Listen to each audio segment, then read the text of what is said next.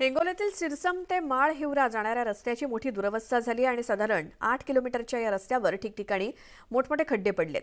रस्त्याची खडी उघडी पडली आहे आणि त्यामुळे वाहन चालकांना वाहन चालवणं कठीण झालंय. या रस्त्यावरील खड्ड्यांमुळे अनेकदा लहान मोठे अपघात सुद्धा होत आहेत. त्यामुळे या भागातील नागरिक त्रस्त झालेत.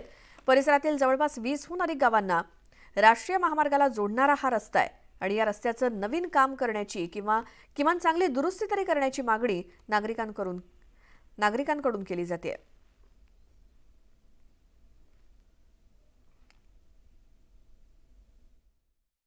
हा रस्त्यावर म्हणजे की रस्ता बी मिळ लागेना आणि गड्डा समजेना आणि रस्ता बी समजेना. या रोड म्हणजे कसं आहे की या महिन्यामध्ये याचं काम चालूच झालं पाहिजे. आणि अपघात म्हणलं की 8 दिवसामध्ये कमीत कमी 2 अपघात होऊन राहिले. तर कोणाचा हात मोडाला, कोणाचा पाय मोडाला. मी जसा जन्मलो तेव्हापासून आजपर्यंत तरी हा संपूर्ण रस्ता वन टाइम कधीच झालेला नाही.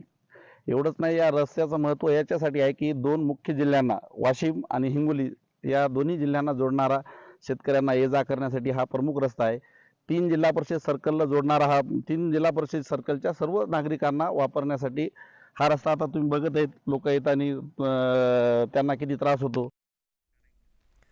मुंबई महानगरपालिकेकडून संपूर्ण स्वच्छता मोहीम सुरू करण्यात आली आणि त्यातून मुंबई स्वच्छ, सुंदर आणि निरोगी होती आणि त्यामुळे महानगरपालिकेचा स्वच्छता पॅटर्न यशस्वी होत असून हा पॅटर्न राज्यातील सर्व शहरांमध्ये राबवला जाईल अशी घोषणा राज्याचे मुख्यमंत्री एकनाथ शिंदेंनी केली.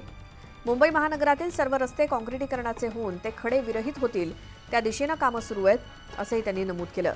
रविवारी शहर विभागातील डीप क्लिनिंग मोहिमेत मुख्यमंत्री सहभागी झाले होते आणि विविध ठिकाणांची त्यांनी पाहणी केली. त्यावेळी ते बोलत होते.